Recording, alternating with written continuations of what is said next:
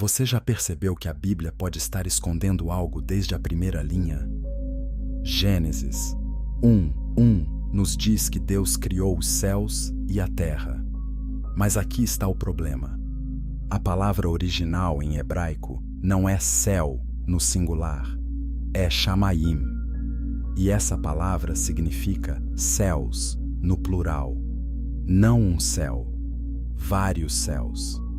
Então, por que tantas traduções escolheram apagar esse detalhe? Por que transformar uma verdade múltipla em algo simples e singular? A resposta pode mudar tudo o que você pensa sobre a estrutura do universo espiritual. A maioria das pessoas assume que o céu é um lugar único, uma dimensão final onde Deus habita. Mas a escritura original sugere algo muito mais complexo. Neste relato, vamos explorar 3 caminhos cruciais. Primeiro, vamos descobrir o que esse plural realmente significa e por que foi ocultado. Depois, vamos investigar quem decidiu esconder essa verdade e com que propósito. E, finalmente, vamos abrir as portas dos céus múltiplos que a Bíblia descreve em camadas ocultas. E uma vez que entendermos essa primeira camada, a verdadeira história começa.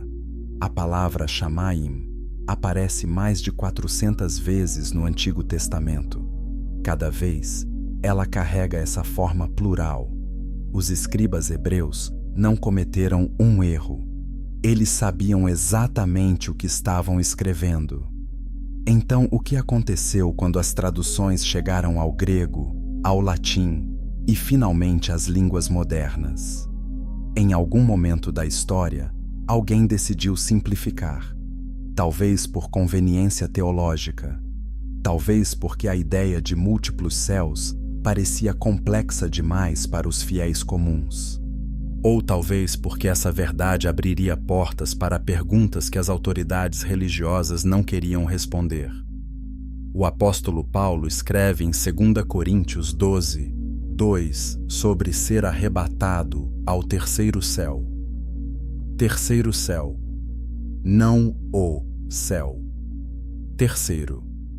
Isso significa que existem pelo menos 2 céus anteriores. E se existe um terceiro, o que impede a existência de um quarto, quinto ou até sétimo? Paulo não explica. Ele apenas menciona, como se estivesse deixando uma migalha de pão para quem quisesse seguir o rastro. Mas por que ele não detalhou? Por que não descreveu o que viu nesses reinos celestiais? A resposta está na próxima frase. Ele diz que ouviu palavras inefáveis, que não é permitido ao homem falar. Então existe conhecimento que não pode ser compartilhado abertamente. Existe verdade que deve permanecer velada. Agora pense nisso. Se a Bíblia menciona múltiplos céus, mas raramente explica, então, onde mais podemos encontrar essa informação? A resposta está nos textos que foram removidos do cânone oficial. Livros como o livro de Enoque, que detalha uma jornada através de 7 céus distintos. Cada céu com sua própria função, habitantes e propósito. Enoque descreve tronos, anjos caídos, julgamentos e segredos da criação. Mas esse livro foi excluído da maioria das Bíblias cristãs. Por quê? Porque suas revelações eram perigosas demais? Porque contradiziam doutrinas estabelecidas? Ou porque expunham uma cosmologia que a igreja primitiva decidiu manter oculta? Então voltamos à pergunta inicial. Por que shamayim foi traduzido no singular? A resposta não é linguística, é estratégica. Manter o céu como um conceito único simplifica a teologia, facilita o controle doutrinário, reduz perguntas complicadas, mas também esconde a arquitetura real do cosmos espiritual. E essa arquitetura, como veremos, não é apenas simbólica. Ela tem implicações diretas sobre onde os anjos caídos habitam, onde as almas aguardam julgamento, onde Deus realmente governa e como a criação foi estruturada desde o princípio. Inscreva-se neste canal se você quer explorar as verdades que foram escondidas por séculos. Clique no sino para não perder nenhuma revelação bíblica profunda.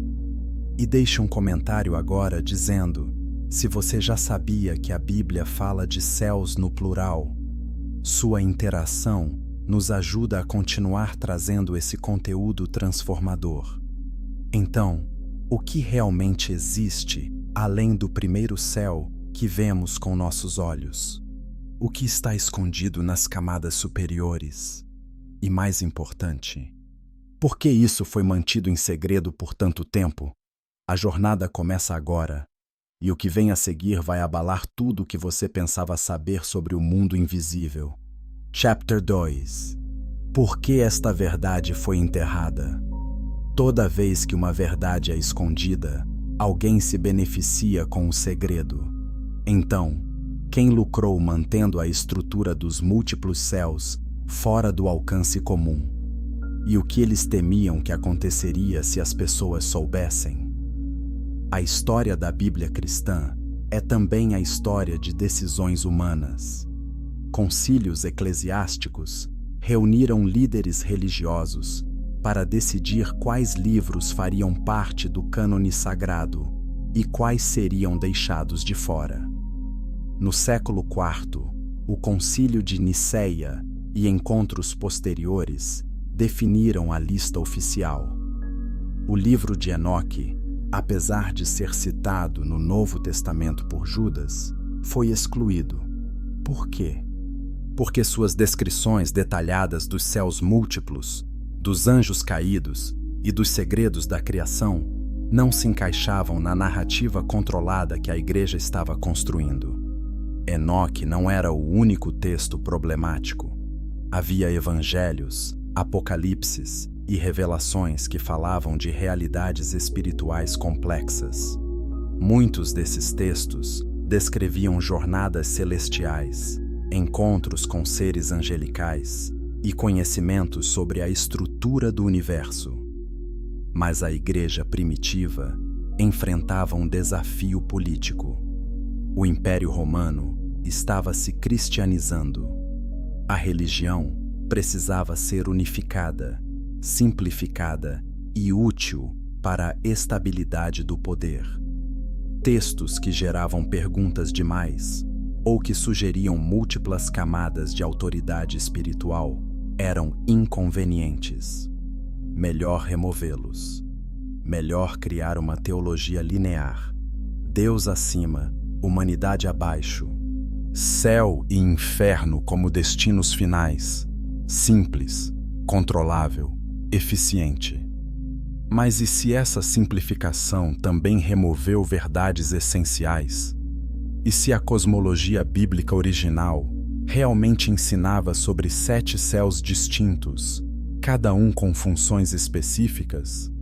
E se entender essa estrutura muda a forma como interpretamos profecias, a queda dos anjos, a natureza de Cristo e o destino das almas?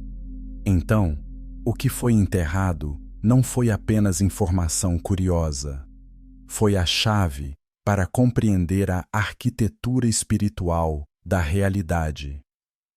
Vamos olhar para as evidências textuais.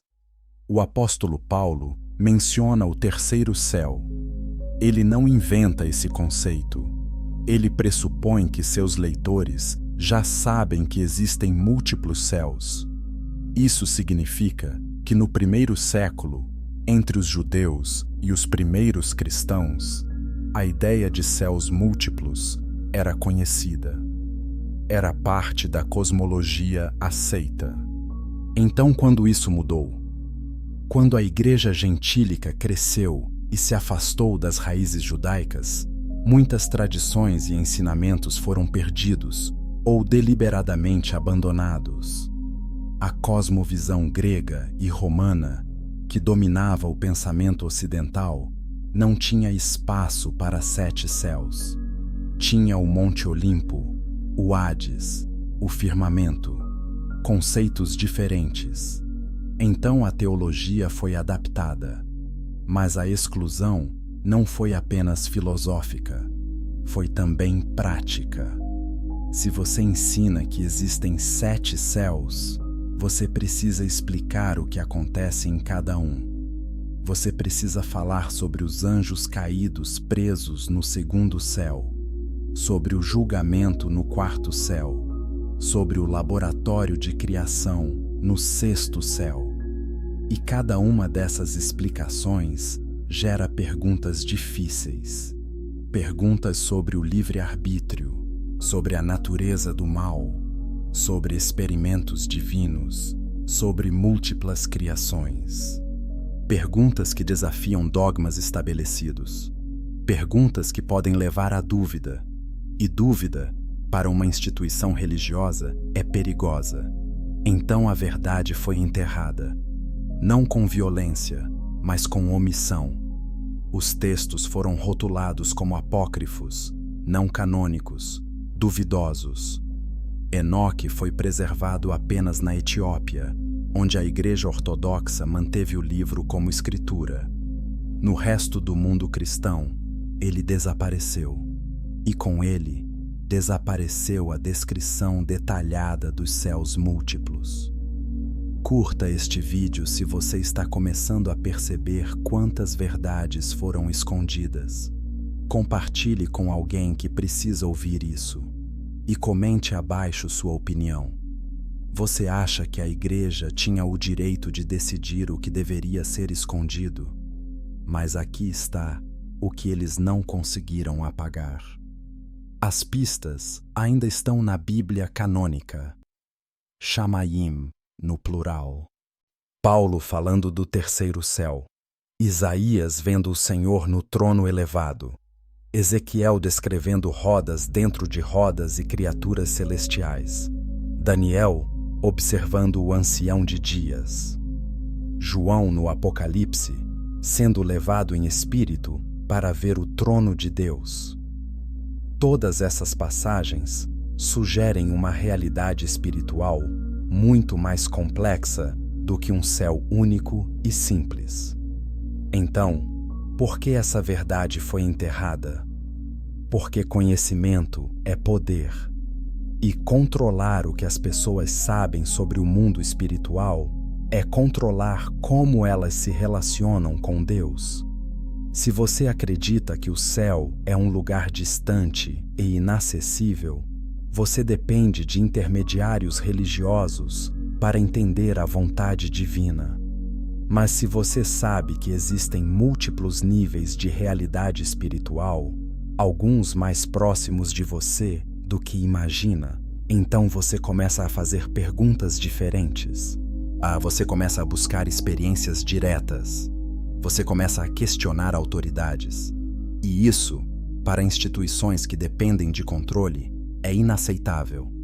Mas a verdade tem uma forma de ressurgir.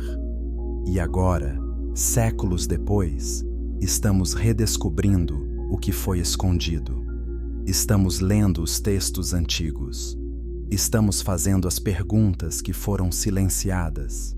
E estamos prestes a explorar cada um dos 7 céus que a Bíblia e os textos apócrifos descrevem. Prepare-se. O próximo capítulo vai abrir as portas que foram trancadas por milênios. Chapter 3. O livro de Enoque e a jornada proibida. Enoque caminhou com Deus, e já não era, pois Deus o tomou.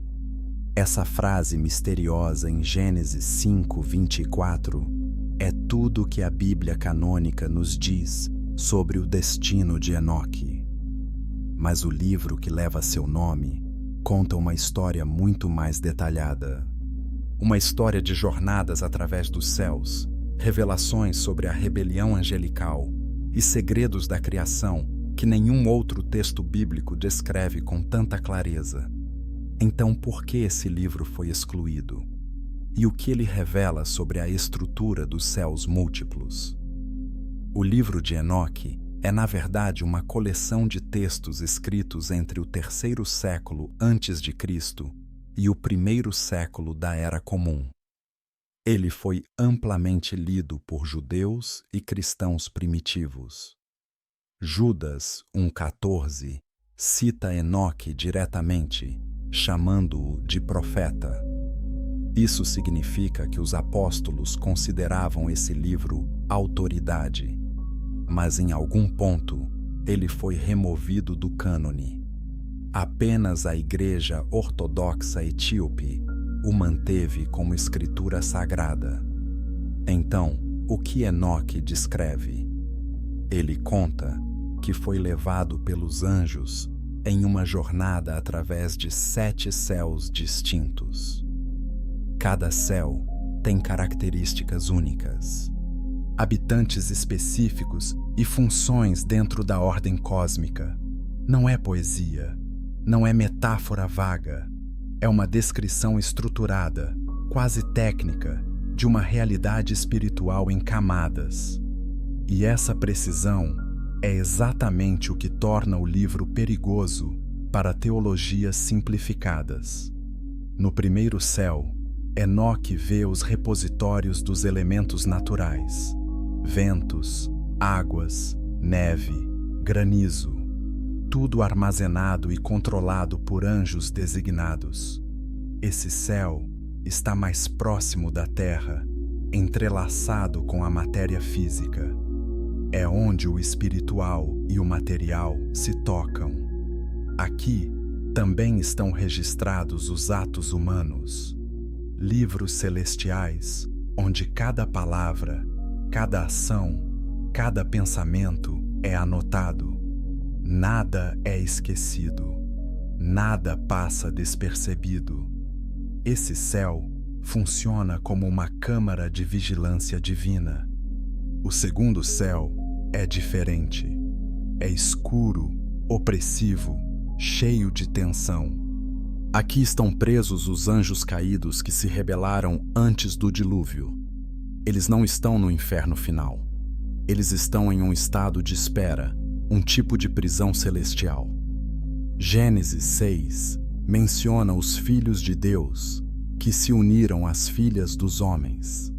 Enoque identifica esses seres como os vigilantes, anjos que abandonaram sua posição celestial, desceram à terra e ensinaram conhecimentos proibidos à humanidade. Metalurgia, cosméticos, astrologia, feitiçaria, manipulação genética. Cada revelação corrompeu a criação original. Esses vigilantes foram julgados e aprisionados no 2º céu, mas sua influência não terminou.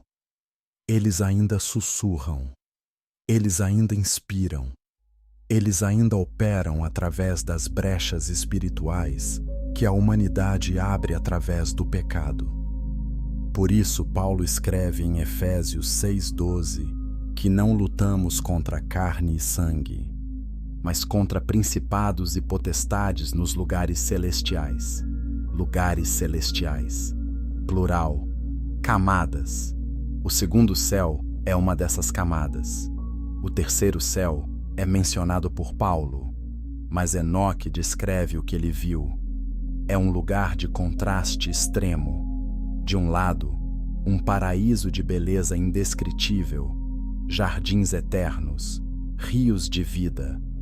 Alguns estudiosos identificam isso como o Éden verdadeiro, o lugar que nunca foi contaminado pela queda humana. Do outro lado, uma região de tormento, fogo e escuridão, onde almas aguardam julgamento. Esse céu funciona como um ponto de separação. Destinos começam a se definir aqui. Inscreva-se agora para continuar essa jornada pelos céus ocultos. Ative as notificações e não perca nenhuma revelação. Comente abaixo. Você acha que o livro de Enoque deveria estar na Bíblia? O quarto céu é onde Enoque vê o sol e a lua em seus cursos, controlados por anjos. Ele descreve mecanismos celestiais, calendários divinos e ordens temporais. Mas não é apenas astronomia. É também o lugar onde o tempo começa a se fragmentar. Passado, presente e futuro coexistem de formas que desafiam a lógica humana. Aqui, decretos eternos são pronunciados. Aqui, os 7 Espíritos de Deus ardem como lâmpadas diante do trono, conforme descrito em Apocalipse 4:5. O quinto céu é misterioso, mesmo na descrição de Enoque. É um lugar de espera. Seres que não foram completamente julgados, nem completamente libertados, habitam aqui. Há uma sensação de suspensão, de algo que ainda não foi resolvido. Alguns textos chamam isso de limbo de experimentação, onde formas de vida que não se encaixaram na ordem final permanecem contidas. O sexto céu é descrito como um laboratório da criação. Aqui, diferentes formas de vida foram concebidas, testadas e, em muitos casos, rejeitadas. Anjos de alta hierarquia, chamados arcontes ou dominações, governam esse reino. Eles não apenas observam, eles criam, eles manipulam, eles experimentam sob as ordens do Altíssimo. Isso levanta uma questão perturbadora. A criação que conhecemos foi a primeira tentativa? Ou foram necessárias várias versões até que algo fosse aprovado? Finalmente, Enoque chega ao sétimo céu. Aqui está o trono do Eterno. Não um lugar de contemplação passiva, mas um conselho, um governo, uma sala de decisões cósmicas. Serafins e querubins cercam o trono. Adoração contínua, fogo consumidor, glória insuportável. Apenas aqueles completamente transformados podem entrar. Enoque vê e não morre porque foi preparado. Ó purificado, transformado pelos anjos que o guiaram. Então, o que torna essa jornada proibida? Por que esse conhecimento foi considerado perigoso? Porque ele revela que a realidade espiritual é mais complexa, mais estratificada e mais ativa do que a maioria das teologias permite. Porque ele mostra que anjos caídos não estão apenas no inferno, mas operando em camadas específicas do cosmos. Porque ele sugere que a criação atual pode não ser a primeira. E porque ele dá aos seres humanos um mapa do invisível, algo que instituições religiosas preferem controlar. Mas o mapa existe. E agora vamos usá-lo para explorar cada céu em detalhes. O próximo capítulo mergulha nos 3 primeiros céus: vigilância, rebelião e mistério. Chapter 4: Os 3 primeiros céus: vigilância, rebelião e mistério. O primeiro céu não está distante. Ele está ao nosso redor, entrelaçado nos átomos, dobrado no invisível, presente em cada respiração. É o mais próximo da matéria e o mais acessível, mas ainda permanece oculto.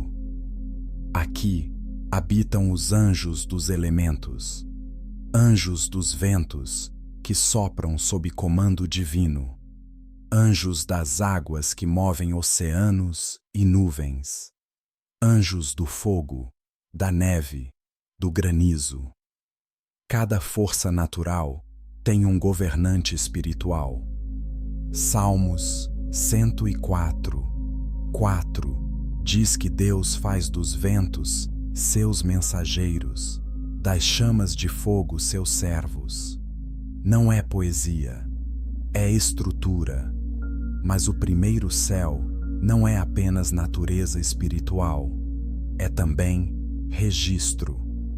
Aqui estão os livros celestiais que Enoque menciona. O livro da vida, onde os nomes dos justos estão escritos. O livro dos mortos, onde os condenados são registrados. Livros de memórias, onde cada ação humana é anotada. Malaquias 3,16 fala de um livro de memórias escrito diante do Senhor para aqueles que temem a Deus. Daniel 7,10 descreve milhares de livros sendo abertos no julgamento. Esses não são símbolos vagos, são arquivos espirituais reais. Então tudo o que fazemos é observado, tudo o que dizemos é registrado. Cada escolha tem eco no primeiro céu. Isso não é paranoia, é responsabilidade. Nossos atos tomam forma espiritual. Nossas palavras criam realidades invisíveis. Mateus 12:36 avisa que daremos conta de toda palavra inútil no dia do juízo. Por quê? Porque essas palavras não desaparecem. Elas são arquivadas. E o primeiro céu é onde isso acontece. Agora descemos ao segundo céu. A atmosfera muda. A luz diminui. Aqui está a prisão dos anjos caídos. Não o lago de fogo final. Não o abismo eterno. Mas uma fortaleza construída por aqueles que ousaram romper o cileio do eterno. Gênesis 6, 1-4 nos diz que os filhos de Deus viram que as filhas dos homens eram belas e tomaram para si mulheres. Essa união gerou os Nefilim, gigantes híbridos que corromperam a terra. Mas quem eram esses filhos de Deus? Enoque identifica-os como os vigilantes, anjos designados para observar a humanidade.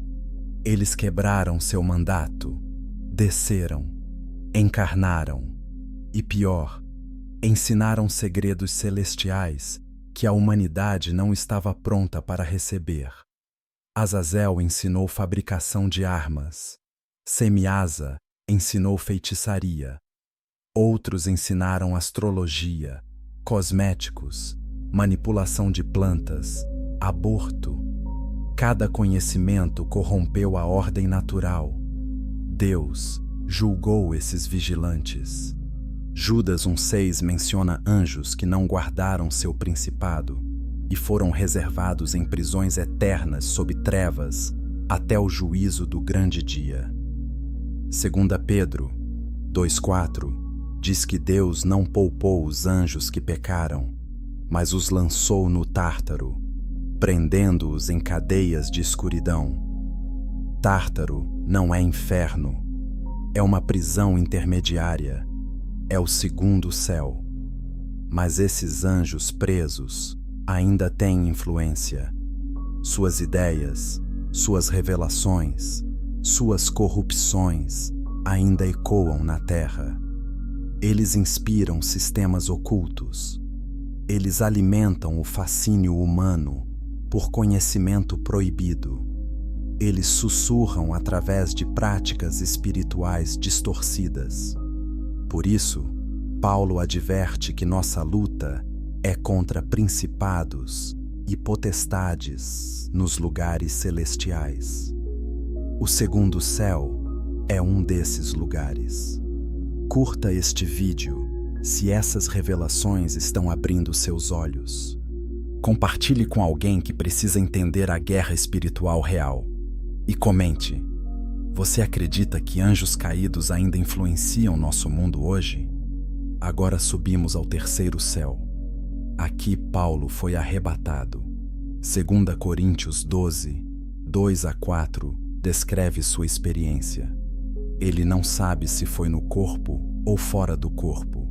Ele ouviu palavras inefáveis que não é permitido falar. Por que não é permitido? porque o conhecimento desse reino é transformador demais, perigoso demais, se mal interpretado.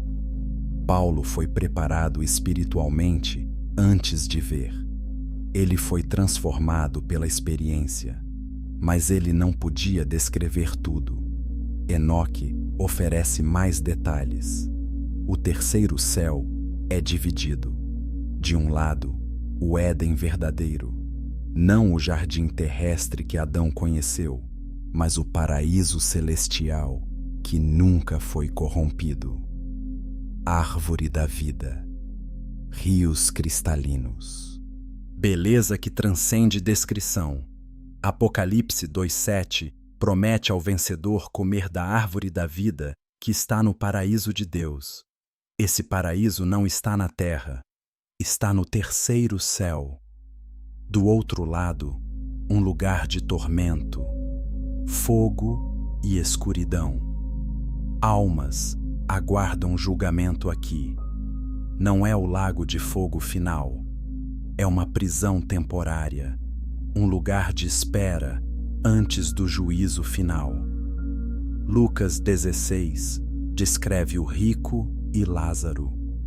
O rico está em tormento, Lázaro no seio de Abraão. Ambos conscientes, ambos aguardando. Esse estado intermediário ocorre no terceiro céu. Então, o terceiro céu é um ponto de separação. Destinos começam a se definir. Não é o fim, mas é o começo do fim. As escolhas feitas na Terra produzem consequências visíveis aqui. Não há mais véu, não há mais ilusão. A realidade espiritual é nua e crua. Por que esses 3 primeiros céus importam? Porque eles nos cercam, porque eles interagem conosco diariamente. O primeiro céu registra tudo. O segundo céu hospeda inimigos espirituais que ainda nos afetam. O terceiro céu mostra o destino inicial das almas. Ignorar essas realidades é viver cego. Compreendê-las é ganhar vantagem espiritual. Mas os céus não param no terceiro. Acima dele, realidades ainda mais profundas aguardam, onde o tempo se quebra, onde decretos eternos são pronunciados, onde a criação é moldada. O próximo capítulo nos leva ao 4º e 5º céu. Prepare-se. O que vem a seguir desafia toda a lógica temporal. Chapter 5. O 4º e 5º céu, onde o tempo se quebra. No 4º céu, o tempo para de obedecer às regras humanas. Passado, presente e futuro não fluem em linha reta. Eles coexistem, eles se sobrepõem, eles se entrelaçam como fios de um tecido eterno. Aqui, o conceito de antes e depois perde sentido. Tudo que foi, tudo que é, tudo que será, existe simultaneamente. E isso não é ficção científica. É teologia profunda ancorada nas Escrituras. Salmos 90, 4 nos diz que 1000 anos aos olhos do Senhor são como o dia de ontem que passou, como uma vigília da noite. 2 Pedro 3:8 repete essa verdade. Para Deus, o tempo é flexível, não absoluto. Ele não está preso à sequência temporal que governa nossa experiência. E no 4º céu, começamos a entrar nessa perspectiva divina. Começamos a ver como Deus vê. Daniel 7 descreve uma visão do 4º céu. Tronos foram postos, e o ancião de dias se assentou. Seu trono era chamas de fogo, suas rodas eram fogo ardente. Um rio de fogo manava diante dele. Milhares de milhares o serviam. Milhões de milhões estavam diante dele. O tribunal se assentou e os livros foram abertos. Esse tribunal não está na terra. Está em um reino onde decisões eternas são pronunciadas.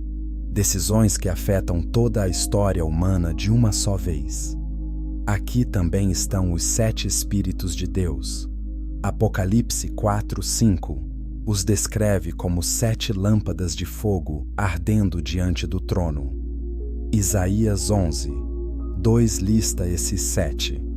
O Espírito do Senhor, Espírito de sabedoria, Espírito de entendimento, Espírito de conselho, Espírito de poder, Espírito de conhecimento e Espírito de temor do Senhor. Eles não são 7 deuses. São 7 manifestações da plenitude do Espírito Santo. E eles operam no 4º céu, executando a vontade divina através de toda a criação. Enoque descreve ver o sol e a lua em seus cursos, controlados por anjos. Ele vê calendários celestiais, ciclos divinos que determinam estações, anos, eras. Mas não são apenas mecanismos astronômicos. São estruturas temporais que definem quando profecias se cumprem, quando julgamentos caem, quando salvações acontecem. O tempo, no 4º céu, é uma ferramenta gerenciada. Não é acidental, é intencional. Isso levanta uma questão perturbadora. Se tudo já existe simultaneamente no 4º céu, então o futuro já está escrito? Temos livre-arbítrio ou tudo já foi decidido? A resposta é paradoxal. Do nosso ponto de vista temporal, escolhemos livremente. Mas da perspectiva eterna de Deus, todas as escolhas já são conhecidas. Não porque Deus nos force, mas porque Ele vê o fim desde o começo. Isaías 46:10 confirma isso. Deus declara o fim desde o princípio, coisas que ainda não sucederam. Então, o que acontece no 4º céu? Decretos eternos são pronunciados. Julgamentos são executados. Profecias são liberadas. Anjos recebem ordens que descem através dos céus inferiores até manifestar-se na terra. Nada acontece aqui por acaso.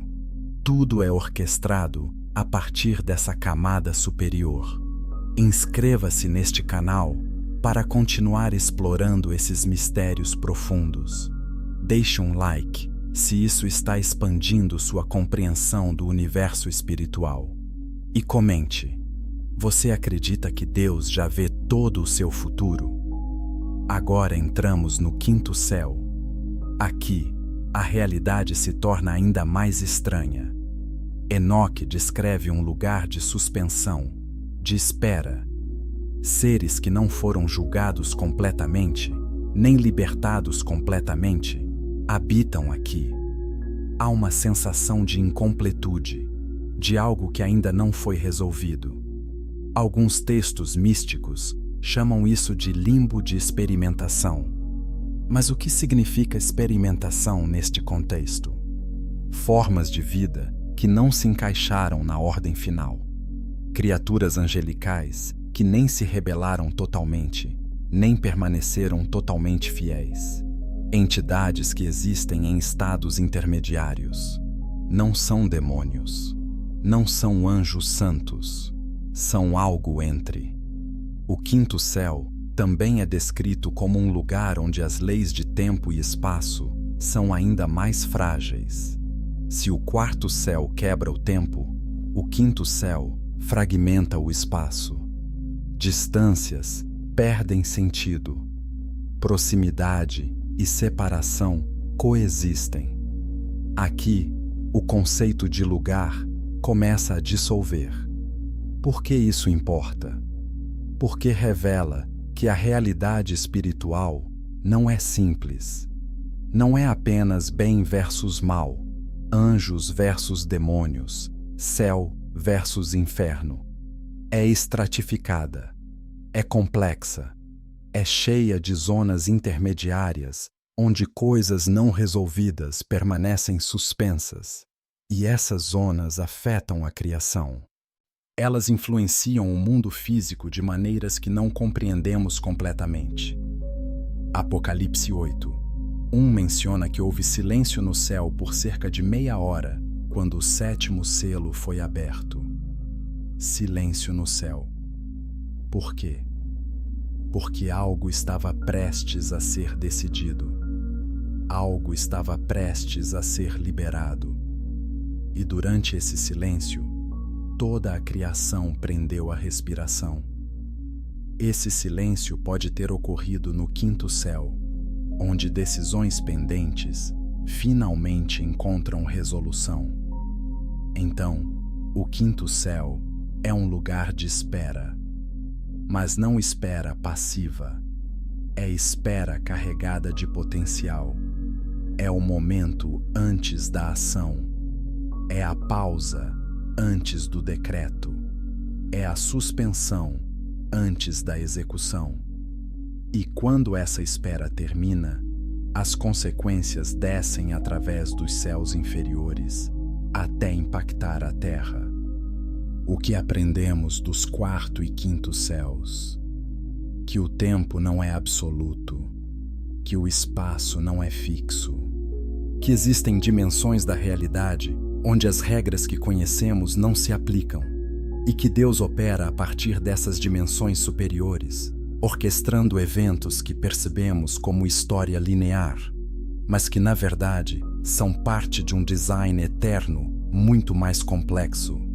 Mas ainda não chegamos ao topo. Ainda há 2 céus acima do 5º.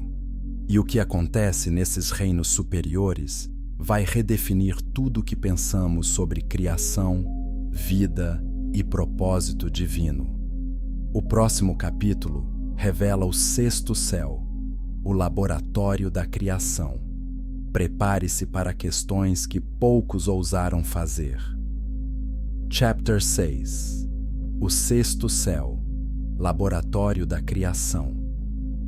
No 6º céu, a criação não é um evento passado, é um processo contínuo. Aqui, diferentes formas de vida foram concebidas, testadas e, em muitos casos, rejeitadas. Não é heresia. É o que textos antigos sugerem quando lidos sem filtros doutrinários. Enoque descreve esse reino como governado por ordens angelicais superiores, arcontes, dominações, tronos. Esses não são apenas observadores, são co-criadores sob a autoridade do Altíssimo. Colossenses 1,16 diz que por Cristo foram criadas todas as coisas nos céus e na terra, visíveis e invisíveis, sejam tronos, sejam dominações, sejam principados, sejam potestades. Todas as coisas foram criadas por Ele e para Ele. Então essas ordens angelicais superiores não apenas existem, elas foram criadas com funções específicas, e uma dessas funções é participar no processo criativo. Mas o que significa testar formas de vida? Gênesis 1 descreve a criação como uma sequência ordenada: luz, céus, terra seca, vegetação, astros, animais aquáticos, animais terrestres. Finalmente, e humanidade. Mas o texto também sugere seleção. Deus vê que a luz é boa, Deus separa, Deus escolhe. Isso implica que havia opções, que nem tudo foi aprovado na primeira tentativa. Jó 38 oferece uma janela para esse processo. Deus pergunta a Jó: onde estavas tu quando eu fundava a terra? Quem lhe pôs as medidas? Quem estendeu sobre ela o cordel? Sobre que estão fundadas as suas bases? Quem assentou a sua pedra angular, quando as estrelas da alva juntas alegremente cantavam e todos os filhos de Deus jubilavam? Filhos de Deus, plural, presentes na fundação da terra, participando, observando, talvez até contribuindo. O sexto céu é onde essas operações acontecem. É um vasto laboratório cósmico.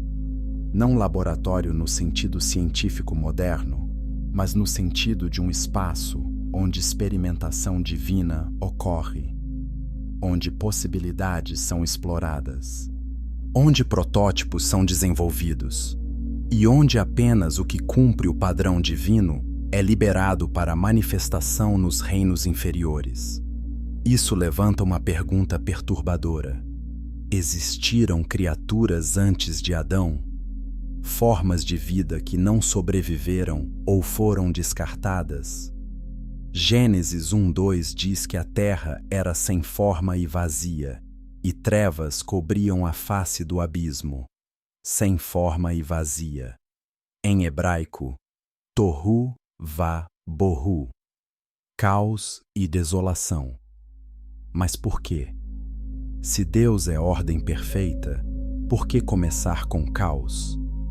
Alguns estudiosos sugerem a teoria do intervalo, a ideia de que Gênesis 1:1 descreve uma criação original perfeita, mas algo aconteceu entre o versículo 1 e o versículo 2, algo que causou destruição, e o restante de Gênesis 1 descreve não a primeira criação, mas uma reconstrução, uma segunda tentativa, ou talvez a terceira, quarta, quinta. Quantas vezes Deus teve que recriar até que algo finalmente funcionasse? Isaías 45:18 diz que Deus não criou a terra para ser um caos, mas a formou para ser habitada. Então, se ele não a criou caótica, mas Gênesis 1:2 a descreve como caótica, algo deve ter acontecido. E o que aconteceu pode estar registrado no sexto céu, onde os experimentos que falharam foram arquivados. Curta este vídeo se você está começando a ver a criação de uma forma totalmente nova. Compartilhe com alguém que precisa questionar suas suposições teológicas. E comente abaixo. Você acha possível que existiram criações antes da nossa?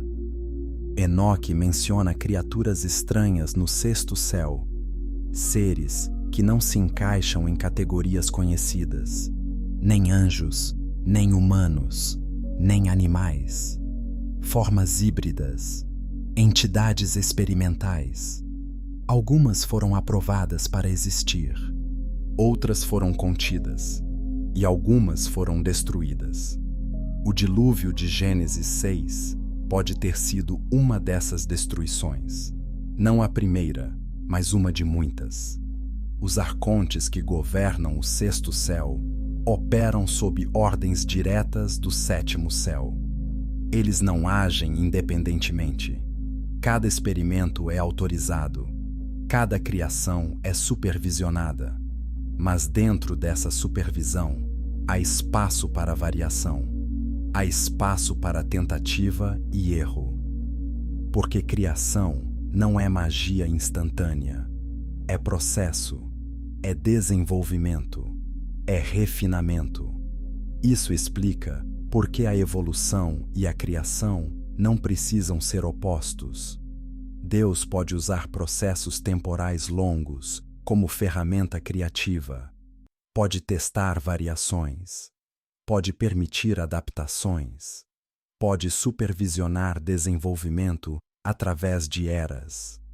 E no sexto céu, esse desenvolvimento é planejado, executado e avaliado. Mas por que Deus precisaria experimentar? Ele não sabe tudo de antemão? Sim, ele sabe. Mas conhecimento não é o mesmo que manifestação. Deus pode conhecer todas as possibilidades sem manifestar todas elas. E o processo de escolher quais possibilidades manifestar é o que acontece no sexto céu. É onde o potencial infinito é filtrado em realidade específica. Então, o sexto céu é o laboratório da criação. É onde vida é concebida, onde formas são testadas, onde protótipos são refinados e onde apenas o que cumpre o padrão divino é aprovado para existir nos reinos inferiores. Isso não diminui Deus. Isso mostra a profundidade de seu processo criativo. Mostra que ele não é um mágico que fala palavras e tudo aparece instantaneamente. Ele é um arquiteto, um engenheiro, um artista que trabalha camada por camada, detalhe por detalhe, até que a obra-prima esteja completa. E acima do sexto céu, há um último reino, o sétimo céu, onde o Eterno habita, onde decisões finais são feitas, onde tudo converge e onde a glória de Deus arde com intensidade que nenhum ser não transformado pode suportar. O próximo capítulo nos leva ao topo, ao trono, ao conselho do Altíssimo. Prepare-se. O que vem a seguir é o ápice de tudo. Chapter 7. O sétimo céu, o trono do Eterno. No sétimo céu, não existe mais distância entre criação e Criador. Aqui, a essência de Deus habita em plenitude. Não é um lugar de contemplação passiva, é um conselho, um governo, uma sala de decisões cósmicas, onde tudo o que acontece em todos os reinos inferiores é determinado. Apocalipse 4 oferece uma visão desse trono. João vê uma porta aberta no céu e uma voz o convida a subir. Imediatamente ele está em espírito, e ali está o trono. E aquele que está assentado tem aparência de jaspe e sardônica. Um arco-íris semelhante à esmeralda rodeia o trono. Ao redor do trono, 24 tronos, 24 anciãos assentados, vestidos de branco, com coroas de ouro. Relâmpagos, vozes e trovões procedem do trono. 7 lâmpadas de fogo ardem diante dele, os 7 Espíritos de Deus. Diante do trono, um mar de vidro semelhante a cristal. E no meio e ao redor do trono, 4 seres viventes, cheios de olhos, na frente e atrás. O primeiro ser é como leão, o segundo como bezerro, o terceiro tem rosto como de homem, o quarto é como águia voando. Esses seres não descansam dia e noite, dizendo: Santo, Santo, Santo é o Senhor Deus Todo-Poderoso, que era, que é e que há de vir. Cada vez que proclamam glória, os 24 anciãos se prostram, lançam suas coroas diante do trono e adoram. Isso não é simbolismo vago, é uma descrição de estrutura governamental celestial, é o conselho supremo do universo. Isaías 6 descreve uma visão semelhante. Isaías vê o Senhor assentado sobre um alto e sublime trono. A orla de suas vestes enche o templo. Serafins estão acima dele, cada um com 6 asas. Com 2 cobrem o rosto, com 2 cobrem os pés, e com 2 voam. Eles clamam uns aos outros: Santo, Santo, Santo é o Senhor dos exércitos. Toda a terra está cheia de sua glória. Os umbrais das portas se movem com a voz deles, e a casa se enche de fumaça.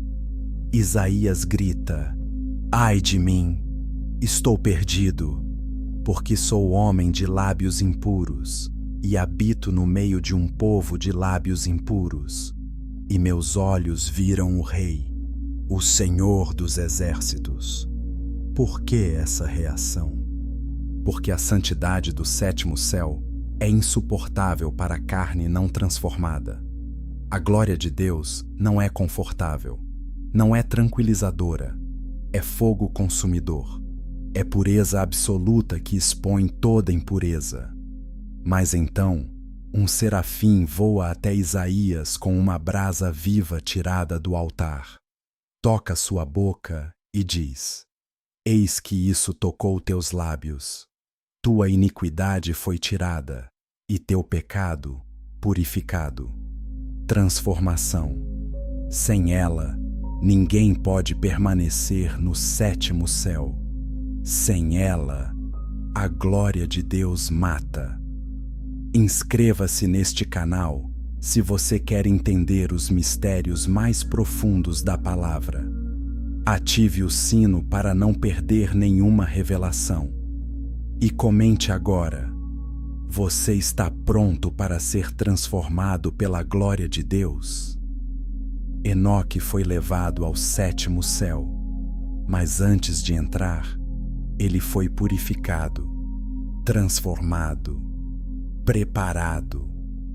E então ele viu o trono, ele viu o ancião de dias, ele viu os livros sendo abertos, ele viu decisões sendo tomadas que afetariam toda a história humana, e ele entendeu que tudo o que acontece na Terra é eco de decisões feitas aqui. Ezequiel 1 descreve outra visão do sétimo céu: rodas dentro de rodas, criaturas viventes com 4 faces, asas, fogo, uma expansão como cristal terrível sobre as cabeças das criaturas, e acima da expansão, a semelhança de um trono como pedra de safira. Sobre o trono, uma semelhança como de homem. Da aparência de seus lombos para cima, como brilho de âmbar, como fogo ao redor, e dos lombos para baixo, como aparência de fogo com resplendor em redor. Como o arco que aparece na nuvem em dia de chuva, assim era o resplendor ao redor. Essa era a aparência da glória do Senhor. Quando Ezequiel vê, cai com o rosto em terra, não por escolha, por necessidade.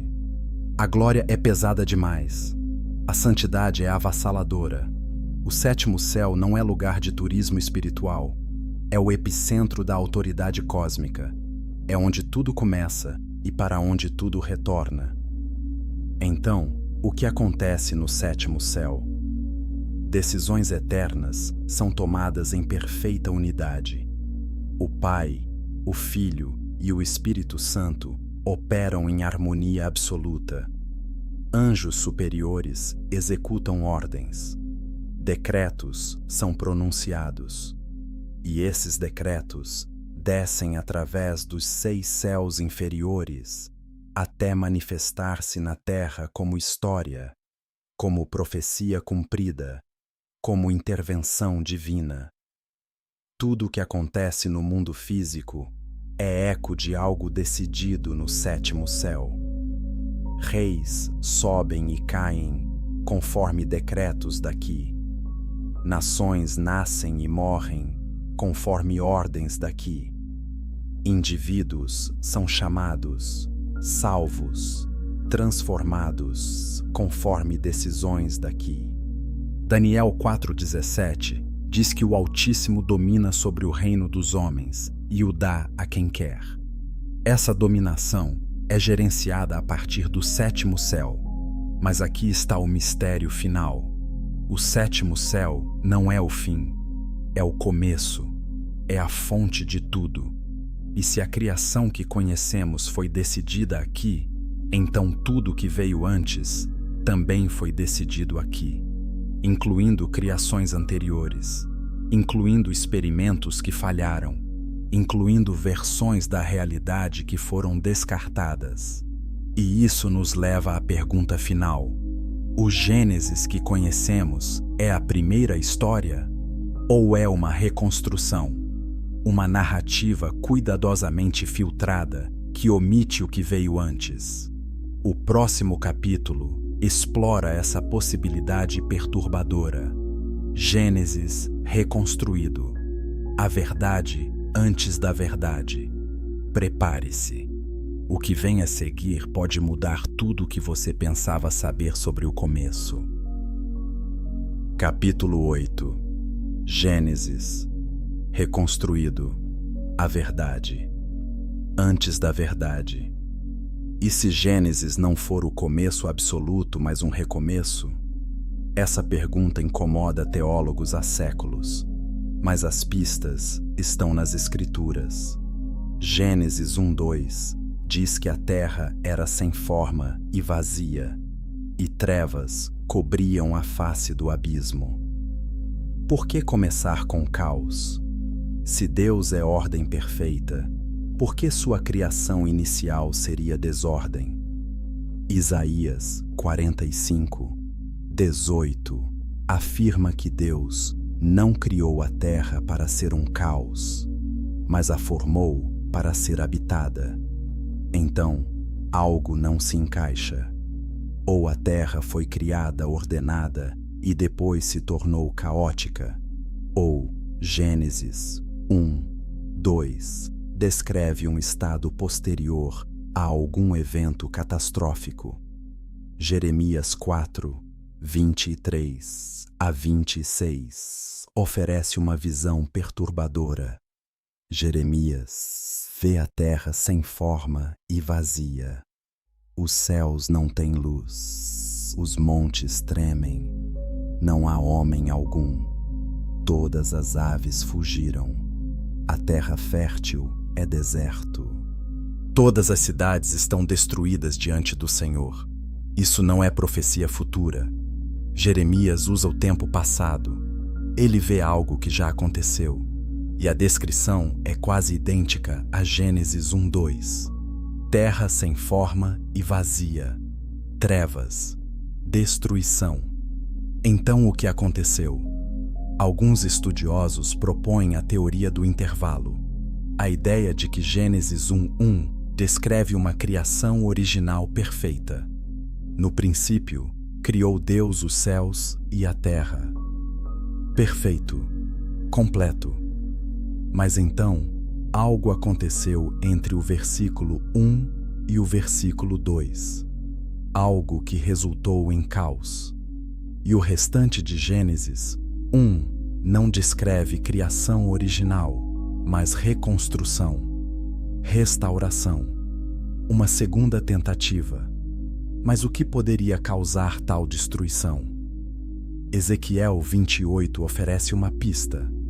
O capítulo começa falando do rei de Tiro, mas depois muda para um ser que claramente não é humano. Ele estava no Éden, jardim de Deus. Ele era querubim ungido que cobria. Ele andava no Monte Santo de Deus. Ele era perfeito em seus caminhos desde o dia em que foi criado, até que se achou iniquidade nele. Por causa da abundância do seu comércio, ele se encheu de violência e pecou. Então Deus o lançou profanado do monte de Deus e o destruiu. Esse ser não é o rei de Tiro, é Lúcifer, o querubim ungido que se rebelou. E sua rebelião não aconteceu silenciosamente. Apocalipse 12:4 diz que a cauda do dragão arrastou a terça parte das estrelas do céu e as lançou sobre a terra. Estrelas simbolizam anjos. Então, 1/3 dos anjos seguiu Lúcifer na rebelião. E essa rebelião cósmica pode ter causado a destruição descrita em Gênesis 1:2. Jó 9:5-7 fala de Deus que remove montanhas sem que o saibam, que as transtorna no seu furor, que sacode a terra do seu lugar e as suas colunas estremecem, que fala ao sol e ele não nasce, e sela as estrelas. Isso não é metáfora suave. é descrição de catástrofe cósmica. E se essa catástrofe aconteceu antes de Gênesis 1:3, então Gênesis não descreve criação original, mas restauração após destruição. Então Adão não foi o primeiro ser criado à imagem de Deus. Ele foi o primeiro aprovado após tentativas anteriores. Gênesis 1:26 diz: façamos o homem à nossa imagem. Façamos, plural. Quem está falando? Pai, Filho e Espírito Santo. Mas também pode incluir o conselho celestial mencionado em Jó 38. Os filhos de Deus que estavam presentes na fundação da terra. Eles participaram da decisão. E se houve decisão, houve deliberação. E se houve deliberação, houve opções consideradas e possivelmente rejeitadas. Inscreva-se agora para continuar explorando essas verdades ocultas. Deixe seu like se isso está expandindo sua visão da Bíblia. E comente: você acha possível que Adão não foi o primeiro?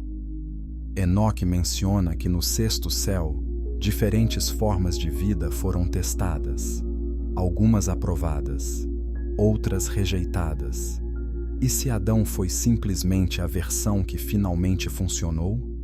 A versão que recebeu o fôlego de vida e sobreviveu? Gênesis 2:7 diz que Deus formou o homem do pó da terra e soprou em suas narinas o fôlego de vida, e o homem se tornou alma vivente. Por que especificar isso? Porque outras formas podem ter sido criadas sem receber o fôlego de vida, sem receber a alma vivente, e sem isso, elas não sobreviveram. Os Nefilim, de Gênesis 6, podem ser remanescentes de criações anteriores, híbridos entre anjos caídos e humanos, sim, mas também ecos de experimentos genéticos que nunca deveriam ter existido. Gênesis 6:4 diz que havia gigantes na terra naqueles dias, e também depois, quando os filhos de Deus possuíram as filhas dos homens. E também depois. Depois de quê? Depois do dilúvio? Ou depois de eventos anteriores não descritos em Gênesis? O dilúvio de Noé pode não ter sido o primeiro. 2 Pedro 3, 5-6 fala da terra que pereceu afogada em água, tempo passado, mas também fala de céus e terra que existem agora. Agora implica que houve uma terra antes, e essa terra anterior foi destruída, e a terra atual é uma reconstrução. Então Gênesis é uma narrativa filtrada, uma história cuidadosamente reconstruída que omite o que veio antes. Não porque Deus queira nos enganar, mas porque a verdade completa seria esmagadora. Porque saber que houve múltiplas criações, múltiplas tentativas, múltiplas destruições, abalaria a fé da maioria das pessoas. Melhor preservar o conhecimento em camadas, revelar apenas o que pode ser suportado. Os profetas entenderam isso. Enoque viu e ficou em silêncio sobre muitos detalhes. Moisés escreveu Gênesis, mas não incluiu tudo o que sabia. Isaías viu o trono e quase morreu de pavor. Paulo foi arrebatado ao terceiro céu e ouviu palavras que não é permitido falar. João viu o Apocalipse, mas foi instruído a selar certas coisas que os 7 trovões disseram. Apocalipse 10:4. Sela o que os 7 trovões falaram e não o escrevas. Por que selar? Porque conhecimento tem poder, e poder mal usado destrói. Então Deus preserva verdades em camadas, revela o que pode ser revelado e mantém oculto o que ainda não pode ser compreendido. Não é engano, é sabedoria, é proteção. Então o que aprendemos? Que Gênesis pode ser uma reconstrução, que Adão pode não ter sido o primeiro, que houve eventos catastróficos antes da narrativa bíblica começar, que a criação é mais complexa, mais estratificada e mais experimental do que a maioria das teologias permite, e que Deus, em sua sabedoria infinita, escolheu revelar apenas parte da história, mas para aqueles que buscam, as pistas estão lá. Shamayim no plural, céus múltiplos, anjos caídos presos em camadas intermediárias, Paulo falando do terceiro céu, Enoque descrevendo 7 céus, Isaías vendo o trono, Ezequiel vendo rodas dentro de rodas, Daniel vendo o ancião de dias, João vendo o Apocalipse. Cada profeta deixou migalhas de pão. Cada texto apócrifo adicionou detalhes. E juntos, eles formam um mapa do invisível. Curta este vídeo e compartilhe com alguém que está pronto para verdades mais profundas. Comente abaixo sua maior descoberta neste vídeo e inscreva-se para continuar essa jornada de revelação. O mistério dos 7 céus não foi ocultado para ser ignorado. Foi ocultado para ser buscado, para ser descoberto por aqueles com coragem de questionar, por aqueles dispostos a ir além das respostas fáceis, por aqueles que entendem que a verdade de Deus é infinita, estratificada e sempre mais profunda do que imaginamos. Então, continue buscando, continue questionando, continue explorando, porque o cosmos espiritual é vasto e os 7 céus são apenas o começo.